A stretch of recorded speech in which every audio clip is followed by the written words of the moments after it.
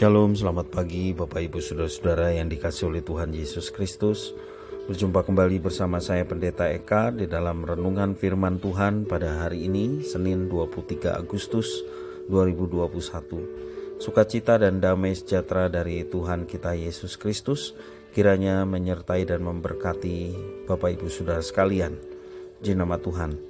Sampai pada hari ini pembacaan kita 1 Tawarikh pasal yang ke-20. Firman Tuhan memberkati Bapak Ibu Saudara sekalian. Sebelum kita merenungkan bagian dari pasal yang kita baca hari ini, kita berdoa terlebih dahulu. Tuhan Bapa di surga, yang kami puja sembah dalam Yesus, kami bersyukur hari yang baru Tuhan percayakan pada kami. Kami mau terus mengisi hati dan pikiran kami dengan kebenaran firman Tuhan. Mampukan untuk kami dapat mengerti dan memahami apa yang Kau maksudkan. Tuhan juga menolong kami untuk kami dapat terapkan setiap prinsip kebenaran firman yang boleh kami dapatkan hari ini. Terpujilah nama-Mu Bapa, demi nama Tuhan Yesus kami berdoa dan bersyukur. Haleluya, amin. Julukan orang percaya adalah garam dan terang. Itu artinya Tuhan memberikan satu julukan kepada orang percaya. Hidupnya harus bermanfaat bagi orang lain. Seperti garam bermanfaat, demikian juga terang sangat bermanfaat.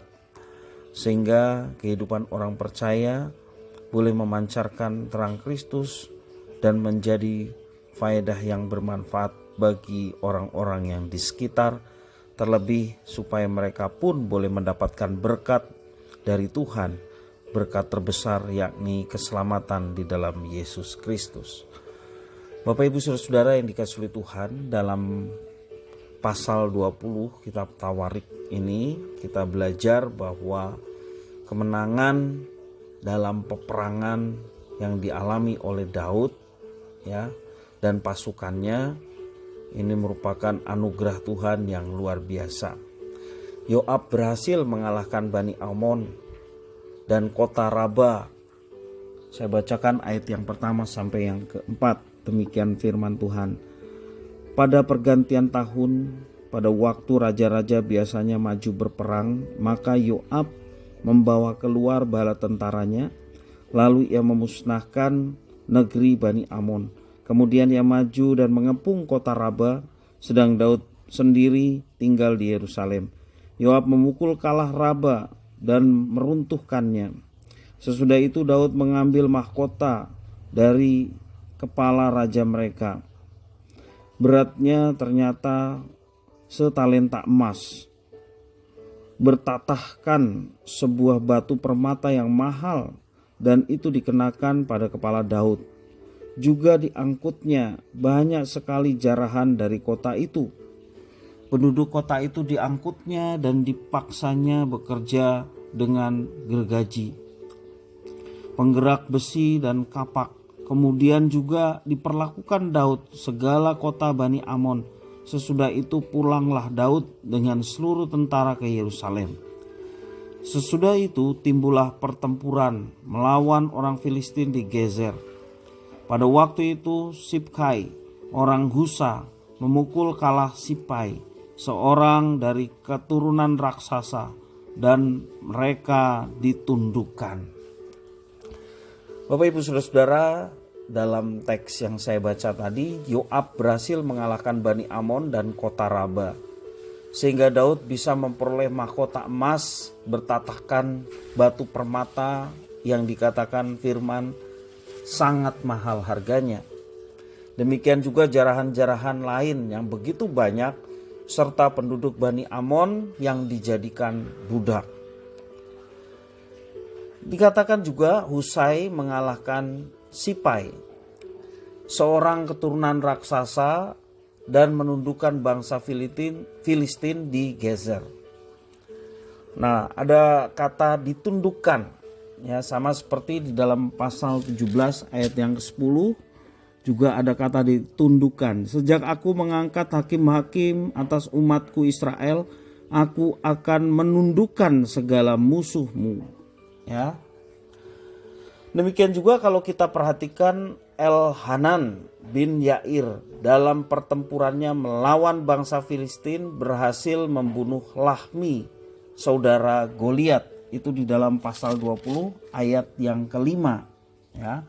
Maka terjadilah lagi pertempuran melawan orang Filistin, lalu Elhanan bin Yair menewaskan Lahmi, saudara Goliat, orang Gad itu, yang gagang tombaknya seperti pesa tukang tenun. Nah, Bapak Ibu Saudara-saudara yang dikasihi Tuhan, juga dijelaskan di dalam ayat yang ke-6 sampai yang ke-8, Yonatan anak Simea ini adalah kakak dari Raja Daud, dalam peperangan melawan orang Filistin di Gad berhasil membunuh seorang keturunan raksasa yang mempunyai jumlah jari tangan dan kaki sebanyak 24. Wah, ini agak aneh ya. Tetapi itu dikatakan di dalam ayat yang ke-6 dan ke-8 ya. Dalam pasal ini cuma sedikit ya ayatnya, ayat 1 sampai ayat yang ke-8. Nah, di dalam pasal ini kita merenungkan ya, kita bisa melihat satu contoh keberhasilan mengalahkan musuh diberikan kepada Husha, bukan Daud. Namun pasal yang 17 ayat yang 10 yang tadi saya bacakan menyebutkan bahwa Tuhan yang menaklukkan musuh-musuh Daud. Dengan demikian keberhasilan orang Husha ya dikarenakan oleh karena janji Tuhan kepada Daud. Saya bacakan dalam pasal 18 ayat yang ke-14. Demikian firman Tuhan, demikianlah Daud telah memerintah atas seluruh Israel dan menegakkan keadilan dan kebenaran bagi seluruh bangsanya. Jadi keberhasilan Husha melawan orang Filistin dan juga yang lainnya ketika mengalahkan Amon dikarenakan Tuhan ya telah berjanji kepada Daud. Jadi keberhasilan Husha adalah berkat Tuhan kepadanya melalui Daud sebagai sarana dari Tuhan. Nah, Bapak Ibu Saudara, kalau kita terapkan dalam kehidupan keluarga sebagai orang tua, kita bisa menjadi saluran berkat bagi anak-anak kita. Sebagai pimpinan perusahaan ataupun sebagai pelayan kita yang melayani, kita dapat menjadi berkat buat kolega atau rekan-rekan sepelayanan kita.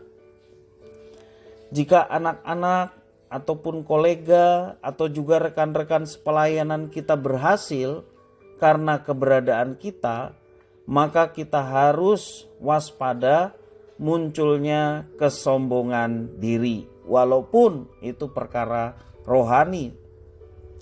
Jadi kita harus waspada, jangan sampai kita mencuri kemuliaan Tuhan dengan menyombongkan diri karena sebuah keberhasilan. Seyogyanya kita melihat keberhasilan tersebut milik orang lain. Sebab kesuksesan mereka adalah keberhasilan Tuhan yang telah mempercayakan tugas dan tanggung jawab tersebut kepada kita.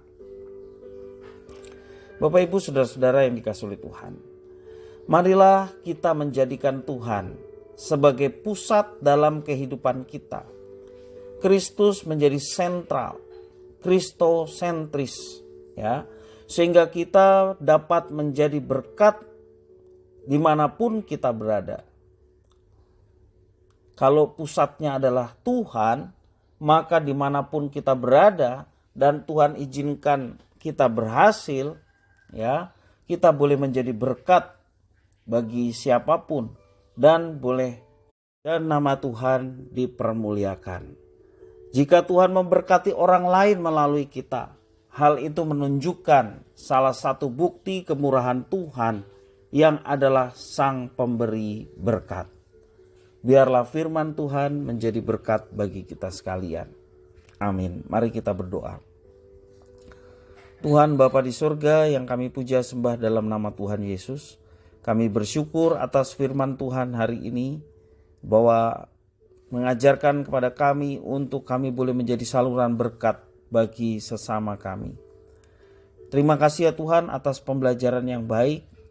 Biarlah ketika Tuhan memberkati kami dengan keberhasilan, juga keberhasilan melalui orang lain, kami tidak tergoda untuk kami menyombongkan diri karena segala sesuatunya oleh karena diri kami. Biarlah Tuhan menolong kami untuk kami tidak terjebak dengan dosa kesombongan, tetapi biarlah kami kembalikan segala sesuatu yang terjadi, keberhasilan yang boleh diraih, semua karena anugerah Tuhan. Tidak ada kesombongan sedikit pun yang muncul dalam diri kami. Terima kasih ya Tuhan, kalau Tuhan mempercayakan satu tugas pada kami untuk menjadi berkat bagi orang-orang di sekitar kami. Biarlah kami mau melaksanakan itu sebagai kehormatan yang Tuhan percayakan pada kami, sehingga hidup kami pun bermanfaat sebagaimana Tuhan menjuluki kami sebagai garam dan terang. Hidup kami boleh menjadi berkat bagi orang lain, dan orang lain pun boleh pada akhirnya mengenal pribadi Tuhan yang baik, agung dan luar biasa di dalam Yesus, sehingga turut dalam keselamatan di dalam Engkau. Terima kasih Tuhan. Inilah doa permohonan ucapan syukur kami atas firman Tuhan. Demi nama Tuhan Yesus Kristus kami sudah berdoa dan bersyukur. Haleluya. Amin.